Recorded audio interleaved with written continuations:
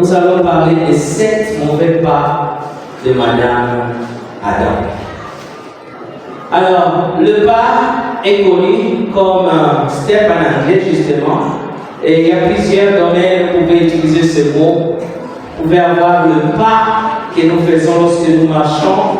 Ce sont des pas. Nous pouvons avoir de pas de danse. Vous pouvez avoir de pas comme escalier lorsque vous montez, entrez dans une maison. Mais vous pouvez avoir aussi des pas ou des étapes lorsque vous faites de la recherche.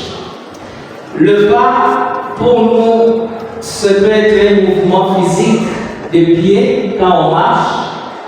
Et là, nous serons en train de dire, nous faisons de pas.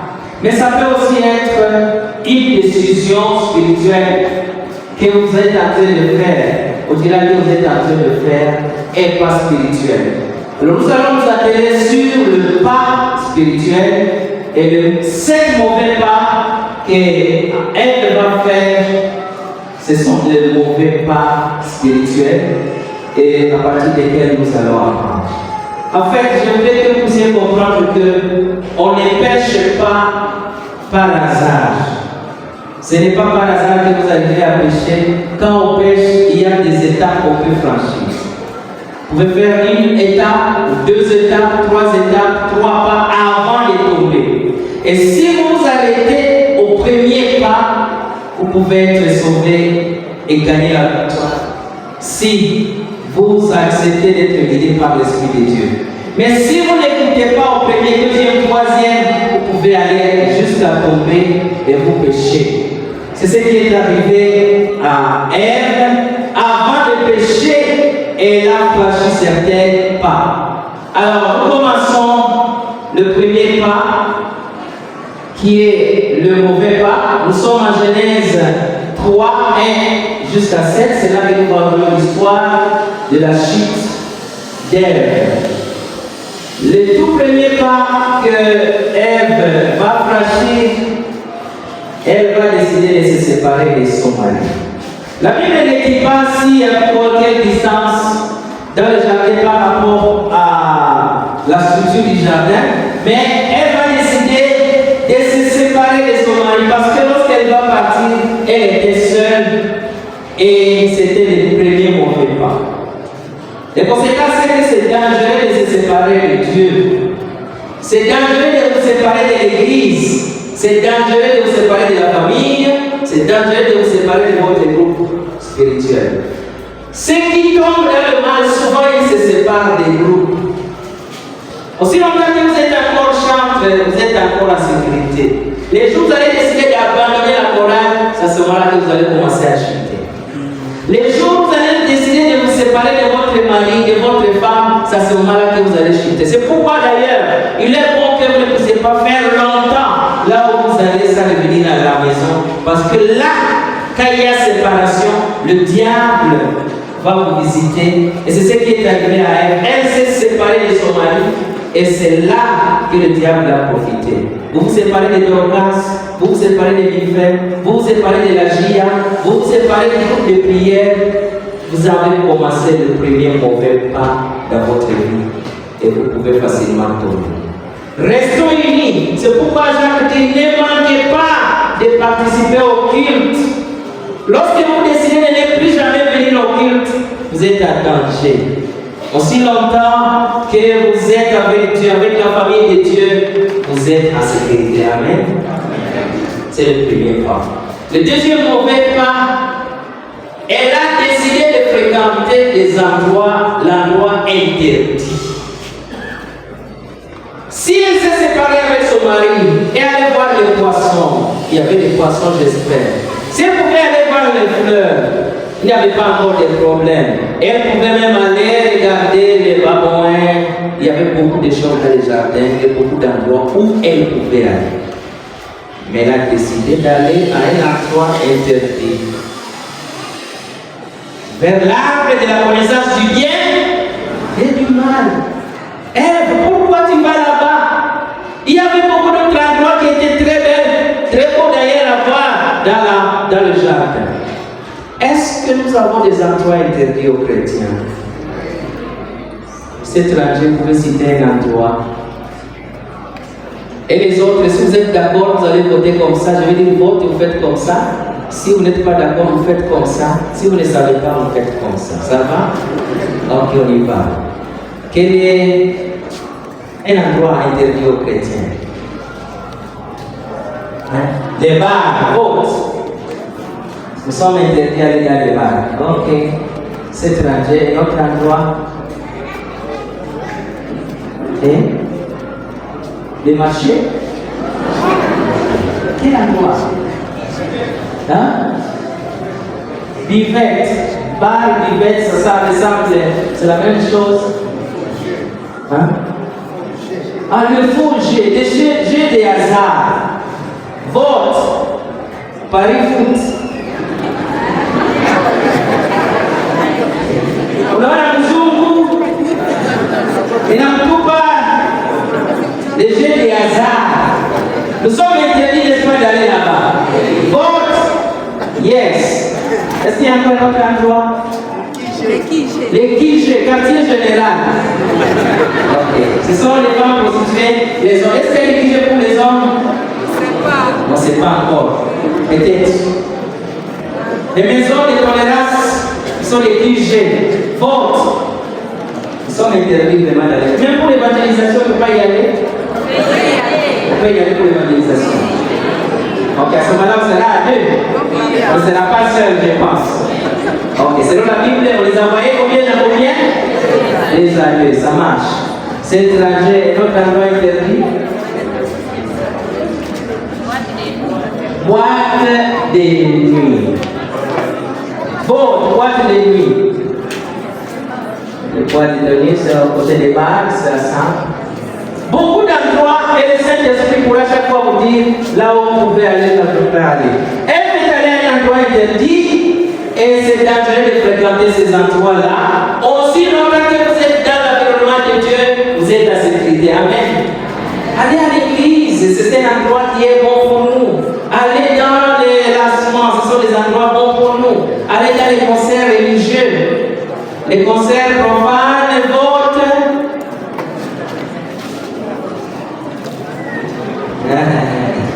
Il y en a qui ne savent pas. Au match, les matchs,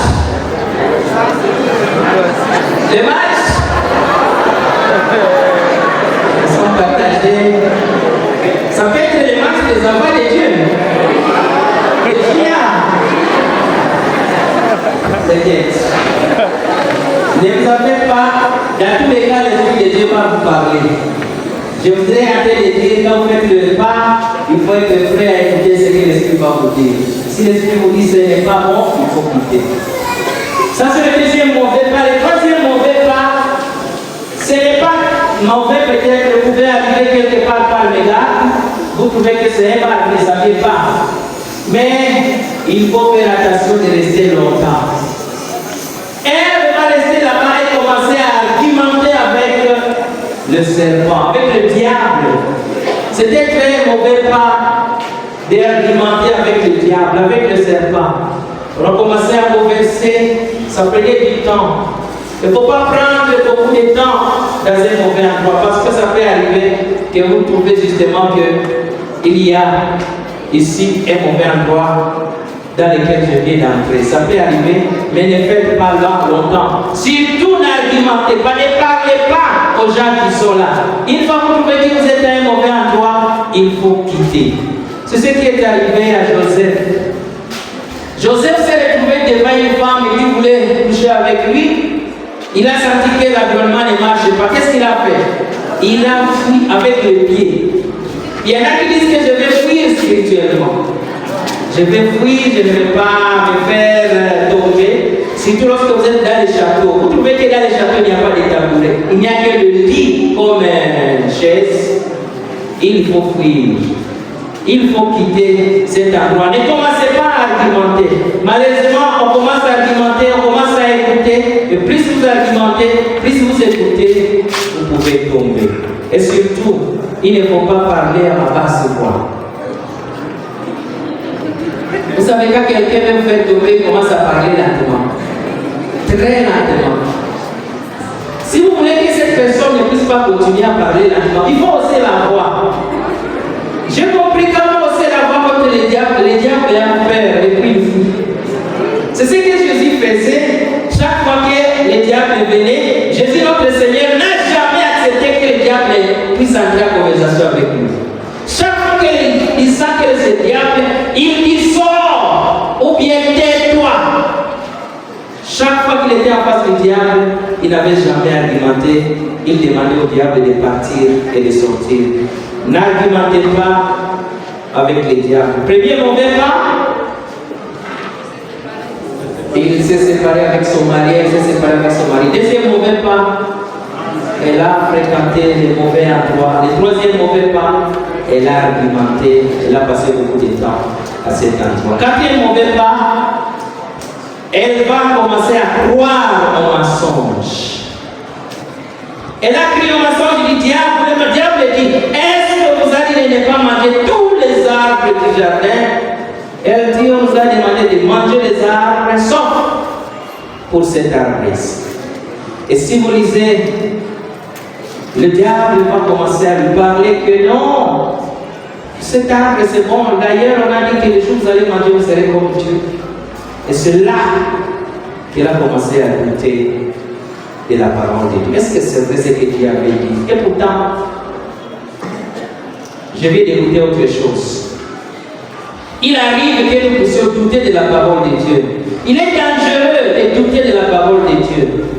Est-ce que c'est vrai, c'est mauvais d'avoir 2, 3, 4 femmes? Et pourtant, c'est ce que David avait, Abraham, Salomon, et ce sont les patriarches. Où est le problème d'avoir 2 ou 3 femmes? D'ailleurs, elles sont très nombreuses maintenant. Jésus dit que ce n'était pas ainsi au début. C'est à cause de l'incrédulité que cela est arrivé. Vous pouvez répéter, ou bien vous pouvez avoir 2 ou 3 femmes. Ça, ce n'est pas Dieu. Ce sont les hommes qui sont en train d'amener ça. Est-ce que c'est un problème de travailler les jours du sabbat? Commencez à douter de ce que vous pouvez faire, tout ce que vous voulez les jours du sabbat. Où est le problème? Beaucoup de gens commencent à mettre à cause la parole de Dieu. Ce que vous avez déjà accepté comme vrai, s'il vous plaît, il ne faut pas douter. Nous croyons par la foi à la parole de Dieu. Amen. On n'a pas besoin de preuves pour que nous puissions argumenter par rapport à la parole de Dieu. Pour la parole de Dieu, on dit seulement Amen. Amen. Amen. Il ne faut pas douter de ce que vous connaissez comme vrai. Même quand le monde entier va changer, il ne faut pas changer et douter de la parole de Dieu. Et elle va douter de la parole de Dieu. Donc, est-ce que c'est vrai ce qu'on vous a dit? Nous sommes en sécurité spirituelle aussi longtemps que nous avons foi dans la parole de Dieu et nous ne doutons pas. Le 5e mauvais pas, elle a commencé à apprécier le mal. Si vous lisez le verset 6, elle vit que le fruit était beau pour ouvrir les yeux. Elle a apprécié le fruit, le mal. On lui a déjà dit que ça c'est mauvais, mais elle trouve que c'est bien, c'est bon. Lorsque vous appréciez le mal, lorsque vous arrivez à ne plus voir le mal comme mal, c'est très mauvais pas. Je me souviens lorsque nous étions à Kinshasa pour les études, j'avais, dans ce premier temps, en attendant que nous puissions commencer les études, on a fait un tour avec l'oncle paternel chez qui j'étais, en attendant que j'aille au campus pour les études. Et lui, il était bon buveur d'alcool, il prenait Primus. Et c'est là on était ensemble. Lorsqu'il prenait Primus, moi je prenais cyprès là-bas à côté, sur la même table avec les amis. À un certain moment, on commence à me taquiner. On dit, mais est-ce que tu es garçon? Je dis, oui, je suis garçon. Tu es un homme? Je dis, oui, je suis un homme. Tu ne vois pas que c'est à cause de sucre ici que les mouches sont en train de venir sur notre table. Et puis, ils ajoutent, d'ailleurs, regardez les verres. Est-ce que tu sais que vraiment le sucre est la poisson? Tu ne vois pas que la poisson c'est bon dans le verre? c'est très bien. L'amour, c'est tout ce qui l'accompagne, là, c'est très bien. Ils ont voulu que je puisse apprécier l'alcool. Depuis ce jour-là, j'ai dit à l'homme que je ne vais plus chaque fois aller avec vous. Parce que mon secret amène les mouches sur votre table. Et c'est comme ça que j'ai été sauvé. Sinon, j'allais boire à Kinshasa parce que la boisson est parfois moins chère que l'eau. Il a commencé à apprécier ce danger de trouver les raisons pour lesquelles tu fais le mal. Si tu commences à trouver pourquoi tu as fait quelque chose de mauvais et tu trouves que tu as raison de faire ça, c'est une appréciation de mal. Quand on dit quelque chose de mauvais, il faut seulement dire je m'excuse, c'est mauvais. Ah, je fais ça. D'ailleurs, si je n'avais pas fait ça, vous voyez, ceci ne pouvait pas arriver. Tu commences à apprécier ce qui est mauvais au monde. Tu es sur un mauvais terrain. Si tu es en train de faire un mauvais pas, tu vas tomber. Aussi longtemps que nous pouvons appeler le péché par son nom, nous sommes en sécurité. Le péché reste péché. Ça ne sera pas autre chose. C'était le cinquième mauvais pas. Le sixième mauvais pas. Finalement, elle va manger le fruit. Si elle pouvait quitter son mari et revenir après quelques minutes, il n'y aurait pas de péché. Si elle pouvait par hasard fréquenter cet endroit et revenir, il n'y aurait pas de péché. Si elle pouvait argumenter avec le diable, il n'y aurait pas de péché. Si elle pouvait apprécier ça, ok, ce n'est pas encore bizarre. Le problème, c'est lorsque elle a pris du fruit et elle a fait comment? Elle a mangé. Et le péché venait d'entrer dans le monde. C'est fatal de désobéir à la loi de Dieu. C'est la mort lorsque vous arrivez à tomber dans ce péché, ça veut dire de briser la loi de Dieu. Ève a finalement mangé le fruit de la connaissance du bien et du mal. Aussi longtemps que nous obéissons à la loi de Dieu, je le peuple de Dieu, à la voix du Saint-Esprit qui vous parle, chaque fois que vous commencez les mauvais pas, nous sommes en sécurité. Mais lorsque nous faisons taire la voix du Saint-Esprit, nous sommes en danger. Ça fait combien de pas? 6 pas. Le premier, elle s'est séparée de son mari. Deuxième, elle a fréquenté l'endroit interdit. Troisième, elle a bavardé avec le diable. Quatrième, elle a douté de la parole de Dieu. Cinquième, elle a apprécié le mal. Sixième, elle a marché. Le dernier pas, je ne l'aime pas. Et je pense que tous les hommes seront d'accord avec moi. Si Ève pouvait manger son fruit et terminer ça, et essuyer la bouche, et dire à Adam, j'étais seulement ici, je me suis promené, les hommes ne mouraient pas. Les femmes seraient en train de mourir.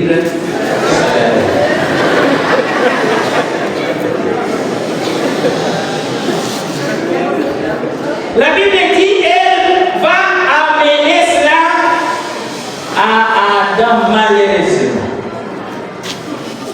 Elle va amener à Adam, et pauvre Adam ne pouvait pas refuser. N'a pas refusé. Il pouvait argumenter, mais finalement, il a dit tout à coup Fanaoué, et c'était fini. Elle va donner ce fruit à son mari, Adam, et tous ont mangé. Il est dangereux de croire que le péché fait partie de la vie privée. Lorsque vous péchez, ce n'est pas pour vous que vous péchez, c'est pour votre famille, c'est pour votre église, c'est pour votre nation, et c'est pour le monde entier que vous êtes en train de le faire. Dans le péché, il n'y a pas de choses privées. Ah, ni mwili yangu, ini zambi yangu, haiko yako. Shangazi atakuja kushabeba mimba na mbuzi itakufa. On va tuer la poule pour accueillir ceux qui sont venus au palâtre. Et les poules et tout le monde, même les herbes. À cause de ce péché-là que tu as pensé que c'était privé, le monde entier est déjà touché. C'est pourquoi la Bible dit tous ont péché. Quand elle va manger, nous étions encore en elle. J'ai toujours cru que si peut-être Caïn ou bien Abel était déjà né, peut-être il pouvait être épargné. Mais apparemment, il n'y avait pas encore de naissance. Toute l'humanité était encore là. Et lorsqu'elle a pris ça, tous ont péché. Il n'y a pas de péché privé. Aujourd'hui, nous sommes en train de vivre les conséquences de ceux qui ont péché avant nous. Ça se voit dans les familles. Vous souffrez aujourd'hui parce que votre grand-père avait fait ceci ou cela. Mes chers amis, le péché n'est pas privé. Le péché appartient à tout le monde. Lorsque vous péchez, l'église sera citée. Va les Dieu va dire, va les Dieu. Il est Dieu jamais à cause de ce que tu as fait. Il n'y a pas d'affaires privées pour le péché. Le péché a des conséquences sur la vie de la société, la vie de l'église, du pays.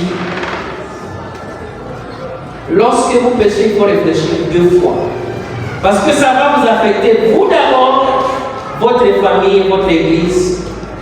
Le pays va en souffrir. Voilà ce que je voulais partager avec vous cet après-midi. Les 7 mauvais pas d'Ève. Elle s'est séparée de son mari. Elle a fréquenté l'endroit interdit. Elle a alimenté avec le diable. Elle a pris au mensonge. Elle a apprécié le mal. Elle a mangé le fruit. Finalement, elle a donné à son mari. Et nous sommes victimes de cela. Cher peuple de Dieu, on ne pêche pas par hasard. Il y a toujours une voix qui va vous parler lorsque vous voulez commencer à aller vers le mal. Et c'est ce que nous avons appelé le mauvais pas. Et lorsque vous commencez ce mauvais pas, écoutez l'Esprit de Dieu. Si vous retournez au premier pas, vous n'aurez pas encore péché et vous serez sauvés, vous serez guéris de ce mal-là. La Bible dit pour conclure en Psaume 119 comment les jeunes hommes rattrapent son sentier en se dirigeant d'après quoi? D'après ta parole. C'est la parole de Dieu qui doit nous guider dans nos pas. Et Ephésiens 5, 15, 17 nous dit prenez donc garde de vous conduire avec cette prescription, non comme des insensés, mais comme des sages. En anglais, c'est encore très, très doux. So, watch your step. Use your head. Utilisez la tête. Rachetez le temps quand les jours sont mauvais. Make the most of every chance you get. These are desperate times. Les jours sont très mauvais. C'est pourquoi ne soyez pas inconsidérés, mais comprenez quelle est la volonté du Seigneur. Don't live carelessly and thinking. Make sure you understand what the Master wants. Que le Seigneur nous aide à écouter sa voix et à nous arrêter lorsque nous voulons commencer des mauvais pas dans notre vie. Il y a des péchés où vous n'allez pas arriver nécessairement au 7e. Vous pouvez tomber, casser encore le 2e, 3e, 4e. Ça dépend du péché dans lequel vous êtes. Que le Seigneur bénisse au nom de Jésus. Amen.